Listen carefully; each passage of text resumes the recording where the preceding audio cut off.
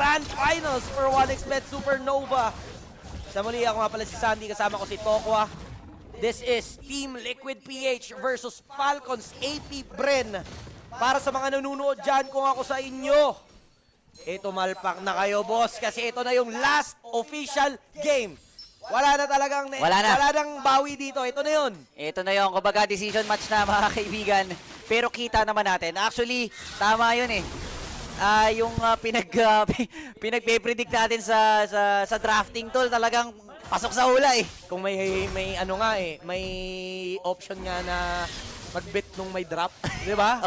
Feeling ko paldo na eh. Paldo cakes na tayo, pero Julian versus Hayabusa, tingnan natin to. Sanford with the Ruby, nakikita natin mga kaibigan yung Ruby laging nasa gold lane, pero this time around, in-XP lane to ni Sanford just to fight against Flap TZ. Pero ngayon kasi, in terms of mobility, napakabilis ang Team Liquid PH. Meanwhile, Falcons AP Brent, I think, nakuha na yung panungkit ni Kapitan View. Kaso, ganables ba to, Sandy? Tingin ko this time gagana siya since may Edith sila para mag-compensate doon sa lack of damage ng Zushin.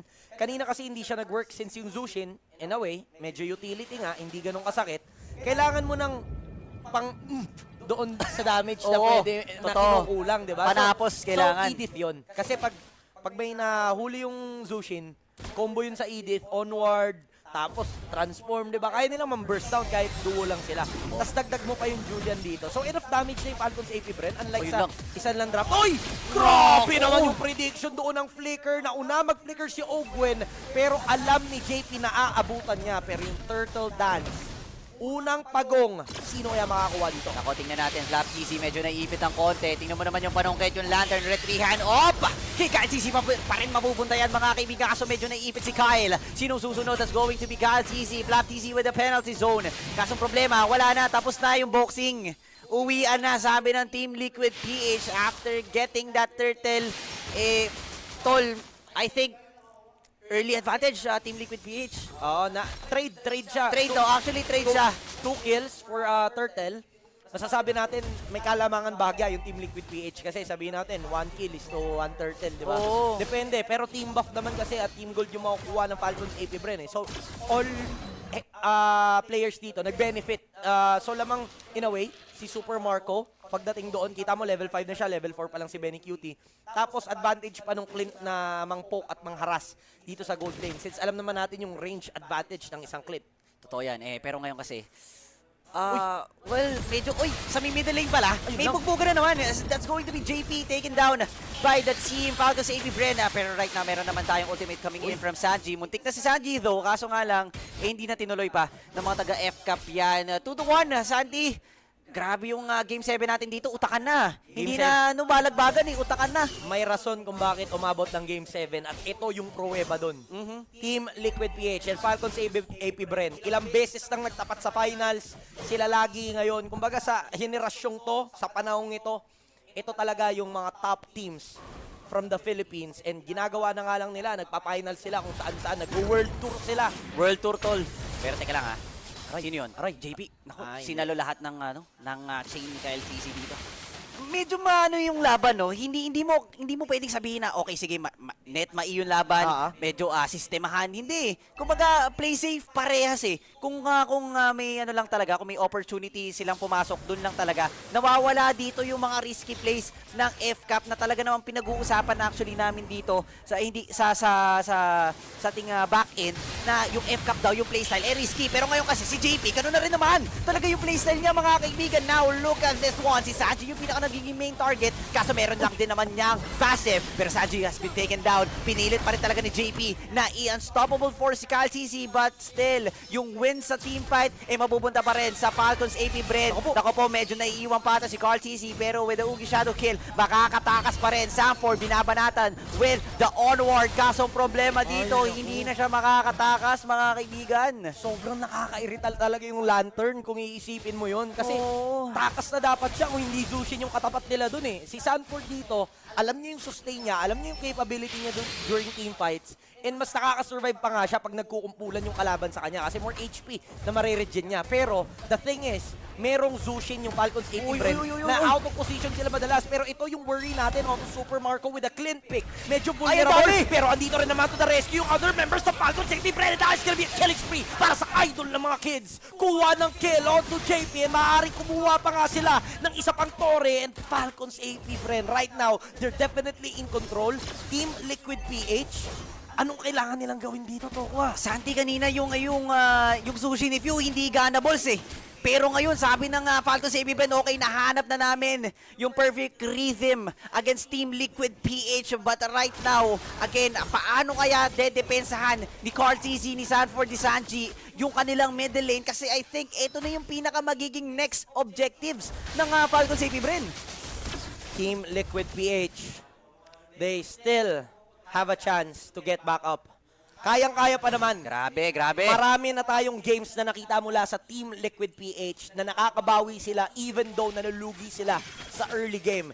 And ang isa sa mga patunay doon ay yung pagbawi nila sa seryeng ito. 2-0 nag-umpisa itong seryeng ito in favor of Falcons AP Bren. Natay nila yung series on to 2-2. Nagawa pa nilang kunin agad yung preparation for match point. Pero nakabawi ka agad ang Falcons AP Bren, kaya tayo nandito sa sitwasyong to. And the turtle is now up. Sayawan ang mangyayari. Pero, sino kaya makakuha? Ito na. Another dance na naman sa may turtle, ladies and gentlemen. Few. And si Ogwen. Teka lang, may binalibag mga kaibigan. Sino yun? That's going to be Sanford. Unang dugo para doon sa may turtle na yun. Pero tingnan natin si Few. Talaga namang sinusungkit-sungkit lang yung Sanford ng Team Liquid PH. Pero hindi pa sila actually tapos. Pero sabi ng Falcons AP Bren, okay, nawalis na natin papalayo ang mga taga Team Liquid PH. Atin na yung turtle na to, isama na rin natin yung middle lane. Grabe naman yung Falcons AP Bren. Kumbaga foolproof yung ginagawa nila dun sa mga team fights. Nandyan yung Zushin, magpapalantern, susukbitin yung isa, sabay follow up naman ng onward. Either, vice versa ulit yung nangyayari, kung mauna man yung Edith, may follow up pa rin ni Few. So saktong-sakto yung combo ng Falcons AP Bren. Tsaka hindi na natatakot ngayon si Flap TZ sa mga ejector play ni paring JP. Kumbaga alam niya na eh. Sige, okay, ejector mo ako, mas okay, hindi ko na kailangan mag-flickerin. Oo. Yun na yung nagiging problema ng Team Liquid PH ngayon. And for Falcons AP Bren, actually tol, kinukuha na lang nila yung mga resources ng Liquid para naman talaga mas manigate na yung window of opportunity. Carl TZ, konting testing lang, pero sabi niya, okay, di ko laban to. Di niya nakuha yung purple buff. So malaking problema ito for Team Liquid PH na naaagawan na sila ng resources from their own jungle camp. For Team Liquid PH, kailangan ulit maging driver dito ni JP. Siya yung magdidikta ng mga team fights. Kailangan siya yung mauna ng flicker ejector play, follow up ng kanyang mga teammates, and if makuha sila ng mga isa o dalawang ganon na pick-off walang trade, maaaring lumibel ang Team Liquid PH pagdating doon sa naipundar na kalamangan ng Falcons AP Bren ngayon. Santi, hindi good sign to para sa Liquid PH. Tingnan mo naman yung odds ngayon. 5.50 against 1.12. Napakataas ng odds sa Team Liquid PH. And kung titingnan mo, yung mga tore ng Liquid sa may taas, sa linya ni Sanford, talagang inubos na ng Falcons AP Bren. And right now, kung titingnan natin, ang next target is going to be the bottom lane para naman daw kapag sumayaw sila, talagang ganables na. Liquid PH, ano kaya yung mga pwede pang nilang gawin? Kasi talagang, Falcons AP Bren, champion na champion eh. Late game, maaari nating maasahan si Benny Q. Pero napakaganda naman ang attempt dito ni Sanford, pero may flicker pa kasi Super Marco. Ito yung pinangko-compensate niya sa pagka-squishy niya, sa pagkadali niya mahuli, yung timing ng flicker at escape. And for going back, Team Liquid PH, kailangan nila mag-antay, makapag-ipon muna ng items itong si Benny QT kasi for sure, pag umabot na sa punto, about 15 minutes na tayo, nakapag-full item na ang dalawang teams, palag-palag na ang Team Liquid PH. Pero this is definitely a free lord for Falcons AP Bren. Hindi good sign to for Team Liquid PH. Falcons AP Bren, ladies and gentlemen, they are now equipped sa mga arsenal nila na talagang ready na sila ditong mag-fight doon sa base ng Team Liquid PH. Actually, si Carl CC, nag-iisip na siya ngayon, tol, kung ano yung mga possible na pwede niyang gawin. Paano niya ba ililift yung kanyang makakakampi? Benny Cutie din actually ngayon, kumbaga kailangan na talaga nila mag-step up ng game, tol eh. Oo. May Lord na eh. Yung Lord na to, hindi pa naman to yung Luminous na humahampas. Hindi Pero pa. with the current lead na halos mag-10K, 8K gold lead as of this moment, sobrang hirap dumepensa. And yung Hirap, dapat oo. ginagawa ng isang Hayabusa pagdating sa mga defense na ganito, doon sa across na lane, maaari siyang mag-clear sana upang dalawang lanes lang yung mag-pressure. Pero hindi niya magawa kasi anytime pwede siyang bigyan pag may nakaabang doon sa lane na yun. Just like now, Q and CalTZ actually pressuring the bottom lane. May Lord sa Hirap sila, taas, tol. mid lane parating. So for sure puputok tong Torres sa may bandang itaas. The question is, mababasag ba? Tingnan natin. Actually, yung middle lane, wala nang putok to. Nag-aabang na lang yung Falcons AP Bren ng perfect opportunity to claim the turret on the top lane. Here goes the Lord, ladies and gentlemen.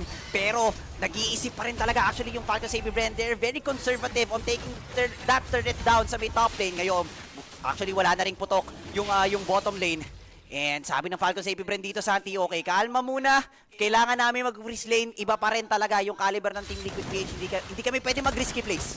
Disiplina ang ipinapakita Disiplina, dito. Doka. yes. Falcons AP Bren, alam nila na isang pagkakamali lang maaaring mabaliktad yung sitwasyon. Isang pagkakamali lang maaaring makabawi kaagad yung Team Liquid PH. And kung ikaw yung may hawak ng kalamangan, ayaw mong mangyari yun. For Team Liquid PH naman, grabe yung kanilang pagdepensa dito. Pero may conceal play, sino kaya ang huliin?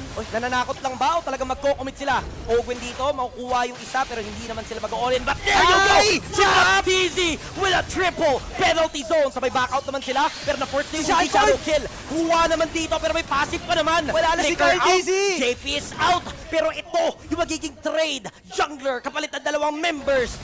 Mukhang babasag pa ng Torre. Babasag pa ng Torre, tatlong miyembro na lang natitira para sa side ng Team Liquid PH. Eto na ba yon ang paggante ng Falcons AP Bren? Actually, tinotarget na nila ngayon yung middle lane. Inaantay na lang yung minion ng wave flow. Santi, 3 versus 4. Eto na yung penalty zone. Napaganda na setup na ginawa dito ni FlapTZ at mukhang hindi sila magpapahuli. FlapTZ 1 HP, lapas-sticker pa. Pero may minions na parating. Buhay yung tatlo. Depensang Marino. JP? Ang kailangan gawin dito. Pero si JP ang Ay, si Super nagsasalba. Marco! Bagsak ang damage dealer ng Falcons AP Bren ng Team Liquid. Mabubuhay pa. Ito yung pinag-uusapan natin kanina. Kaya kasing pumatay ng Jawhead even in the 1v1s. Kahit tanks yan, tol. Kahit sino kayang patayin ng Jawhead. Dahil nga naman sa sakit na meron yung Jawhead. Meron siya smart missile, unstoppable force, plus yung kanyang ejector. Yun talaga kapag nakombohan ka, deadly combo talaga. Now, FlapTZ against JP. Tingnan natin, Team Liquid PH. Actually, binibilisan na lang nila yung Lord, mga kaibigan. Pero kung sino ay!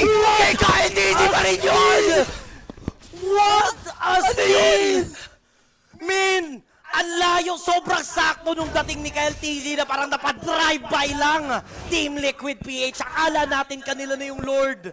Pero anong nangyari to? Anong Hindi ko nangyari? alam. Hindi ko alam, Santi, yung mga ganapang kung may replay lang sana meron. Pero teka lang, ito na ang Falcons AP Bren. Magpupush na nga sila dito at mukhang mag-pressure na rin sa mga members. And Falcons AP Bren ang kampiyon dito sa 1xBet Supernova. Grabe.